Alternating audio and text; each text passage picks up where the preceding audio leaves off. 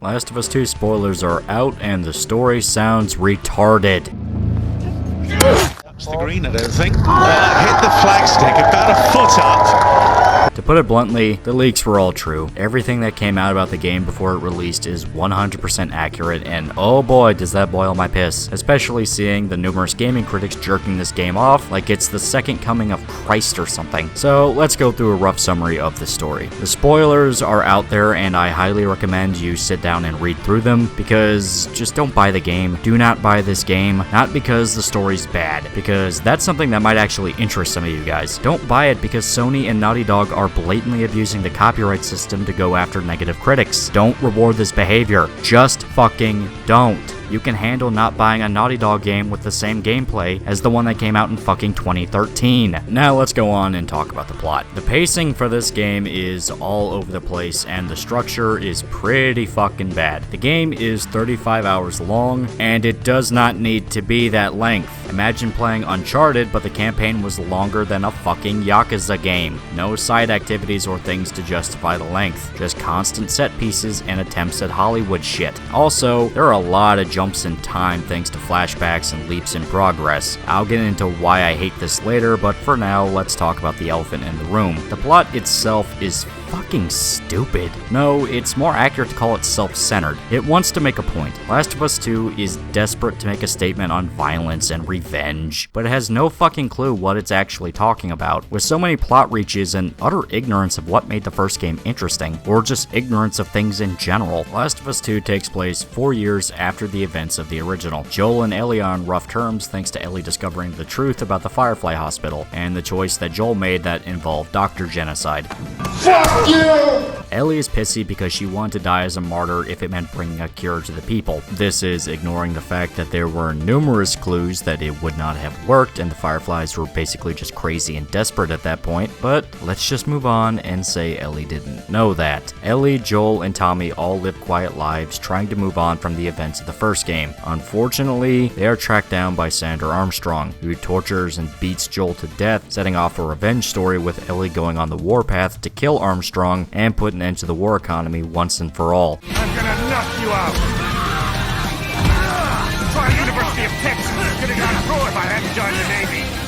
I'm not one of those beltway pansies! I could break the president in two with my bare hands! You're nothing! Nice.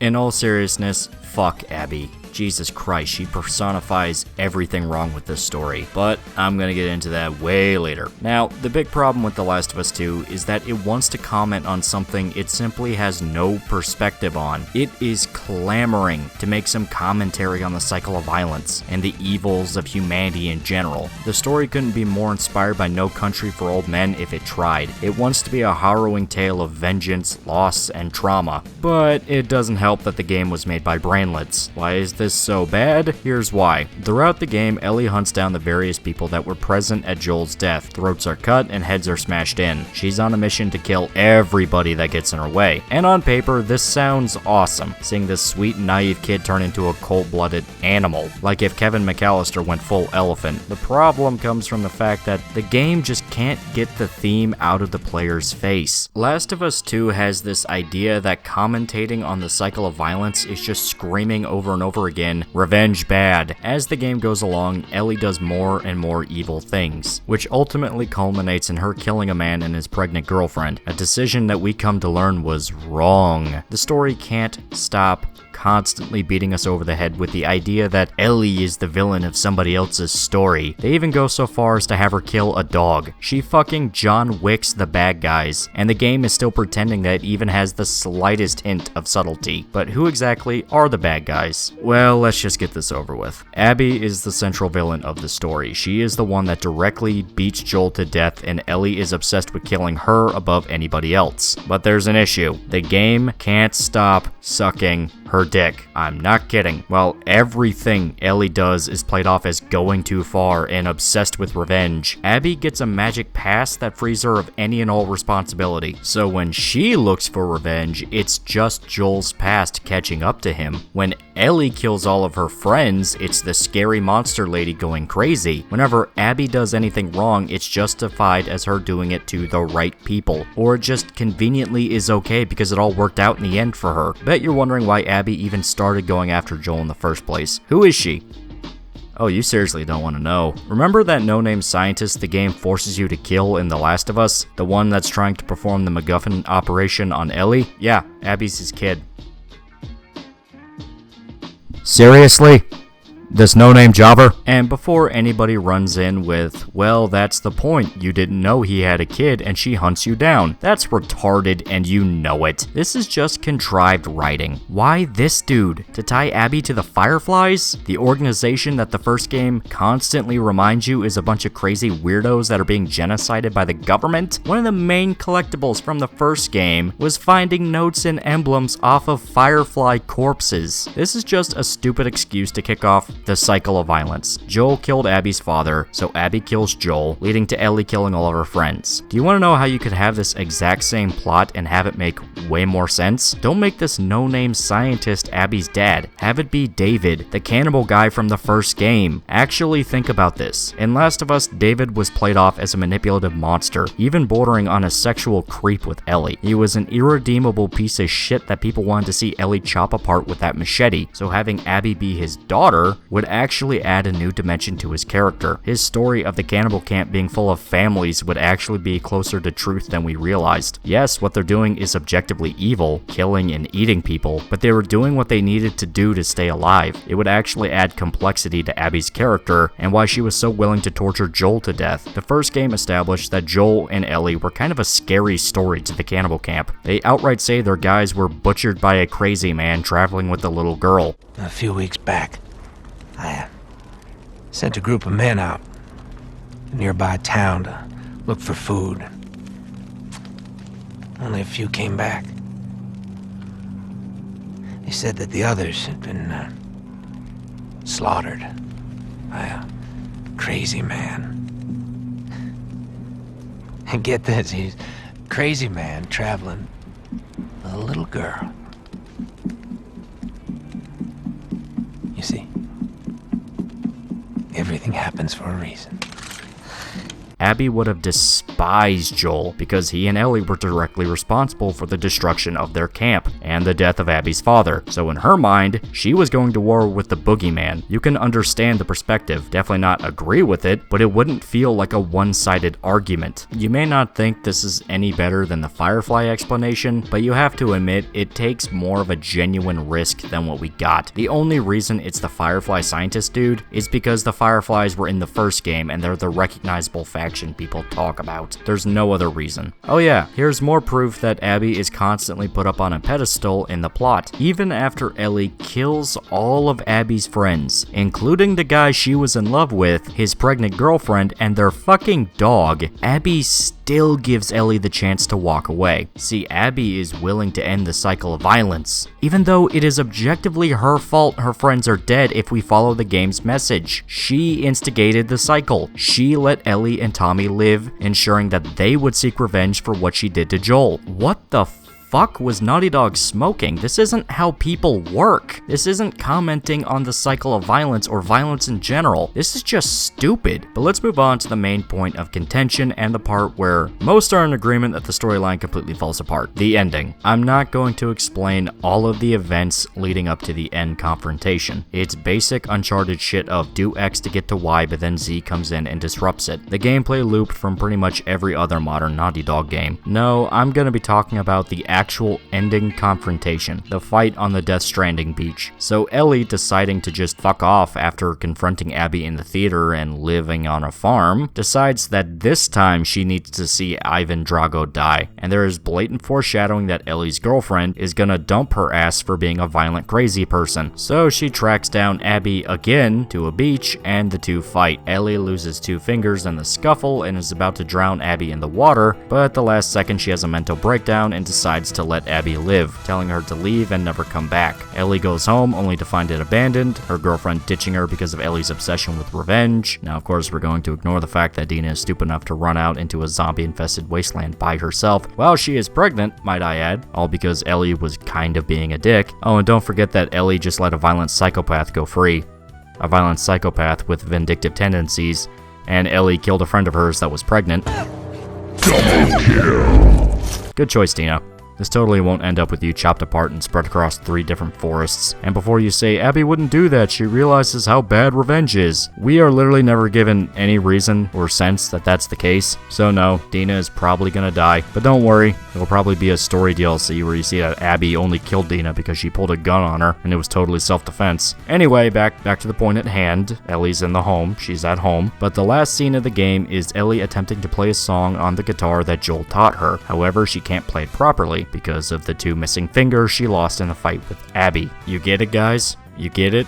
Ellie wants to move on, but like there's a permanent reminder that she lost everything looking for revenge. Do you get it, guys? Yeah, I fucking hate this ending, and a lot of people seem to share that sentiment. It feels unsatisfying, and this is already in a story that feels forced and not thought out. Ellie kills what has to amount to hundreds of people to get to Abby twice, but whenever the 2 meet, there is some bullshit excuse as to why Ellie doesn't kill her. It feels like Neil Druckmann swoops in to get Abby out of the situation to force her artificial characterization down your throat. Stuff like, oh, Abby's scared of heights, isn't that cute? Or, Abby actually super cares about her friends. They're besties and everything. It's a hollow attempt to make you care about her, since it ignores all of the fucked up shit that she does or even outright excuses it. She had nothing to do with this. She's pregnant. Good.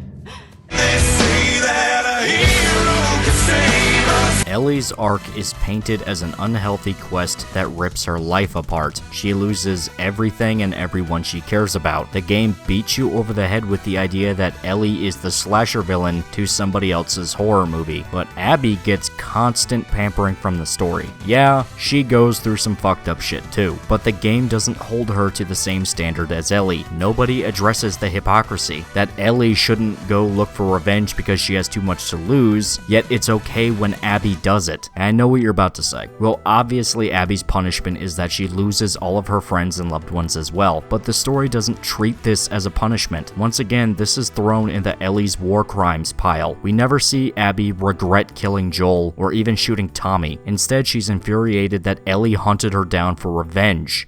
You killed my friends. We let you both live.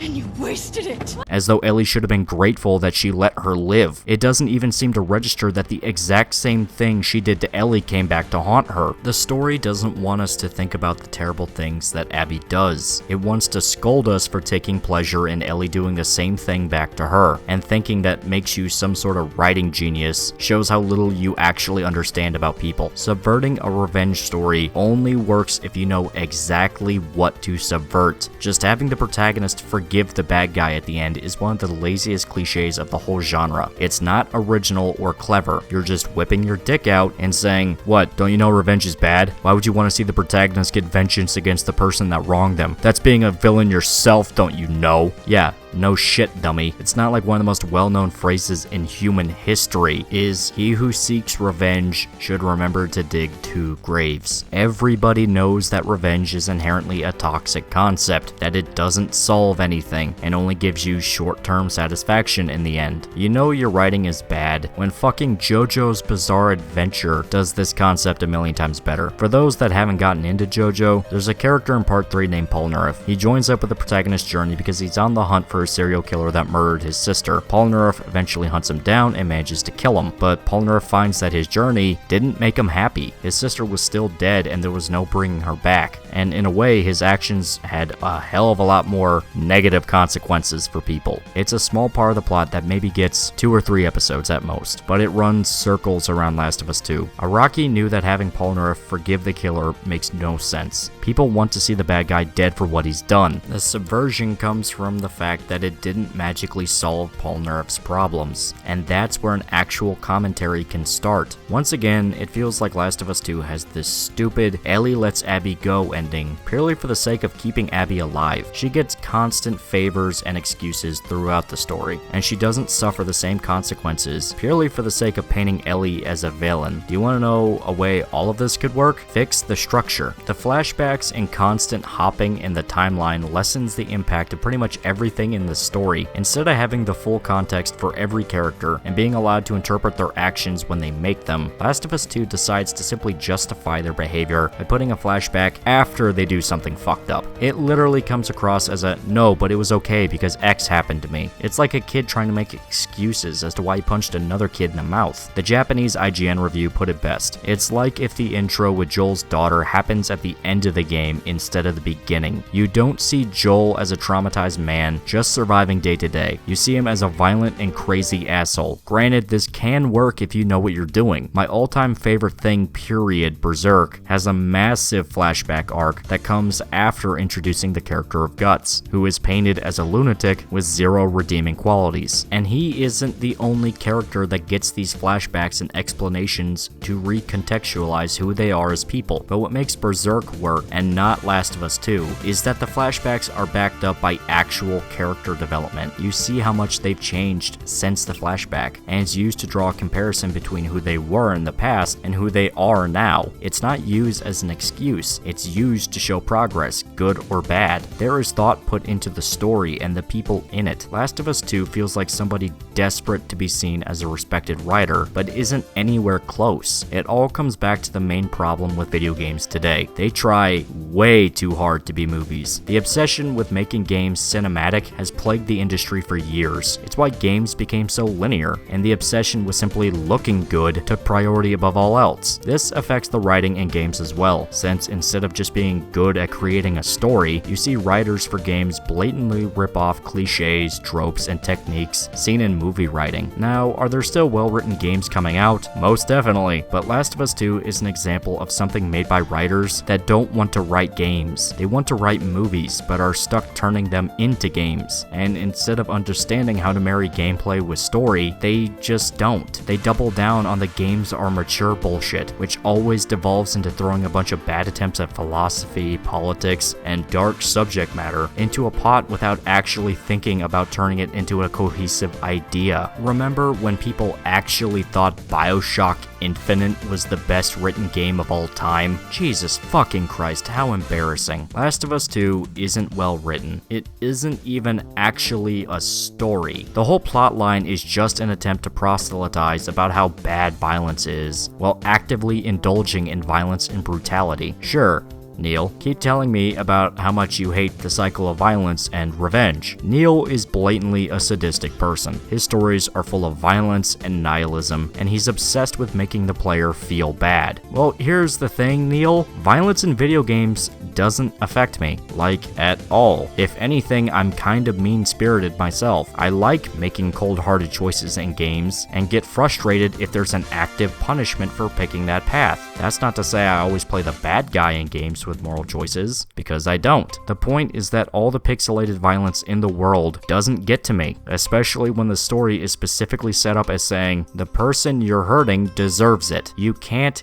guilt trip me over killing a dog when the person that owns said dog tortured my buddy to death. Fuck you, and fuck your dog. That's what frustrates me the most about Last of Us 2. It wants to be a dark and foreboding story about the cost of revenge, but it doesn't actually understand how to show human cruelty. Last of Us 2 thinks cruelty is just beating people to death. That's not it. Cruelty is beating people to death and not giving a shit about it. What makes the violence interesting in the first game is how matter-of-fact it is. It's quick, brutal, and over in about a second. It doesn't indulge or stretch things out. Last of Us 2 feels like Manhunt without any of the irony or satire. It's violence for violence sake. That shit gets boring fast. All of the characters feel sadistic and cruel in the bad way, where they're irredeemable assholes instead of survivors. Abby feels like a spoiled child that expects her own actions to have no consequences. She's the worst person in the story, but there's a constant deflection back to Ellie, as though her doing bad things magically justifies Abby's actions. actions. That's why the story doesn't work. Abby doesn't learn anything by the end. The deaths of her loved ones doesn't change her, because the story isn't about Abby's arc or journey. It's about showing Ellie as a bad guy. Do you want to know a way better ending for Last of Us 2? Something that actually could have worked and fit the theme way better? Keep the scene at the beach, but don't have it be a fight. Show that Abby's journey through the story has absolutely broken her. All her friends are dead, and killing Joel never brought her satisfaction or happiness. It only made things substantially worse. She's all alone now, save for Lev, who's some tranny tribal weirdo nobody gives a fuck about anyway. The point is that all the people Abby started off with died horrible deaths because of her selfish obsession with killing Joel, and this is finally getting to her, seeing that Ellie has come back to finish the job, and that the cycle simply can't end. These women hate each other, and one of them has to die. So Abby puts a gun to her chin and blows her brains out. Bitch, are you for real? She commits suicide and denies Ellie her revenge. This might sound like the same Ellie doesn't get what she wanted ending, like the actual one, but there's more to it than that. For one, you see that Abby was essentially a glass cannon that began to crack. Sure, she was full of piss and vinegar in the beginning, but as the reality of her situation started taking more and more from her, she's come to terms with how little she was actually prepared for this. You stop seeing Abby as a poorly written character and actually start to see what the game is trying to tell you, that everybody is the hero of their own story. This might even make some players curious enough to replay the game, looking for clues where Abby's given up on life. Of course, this actually requires the game to be well written altogether, but let's not get into completely changing the storyline. This video is long enough and I am tired. But the reason this works for Ellie's story is that it actually feels in line with her character. She is so obsessed with revenge that she hunts Abby down twice, pulling the same trick with this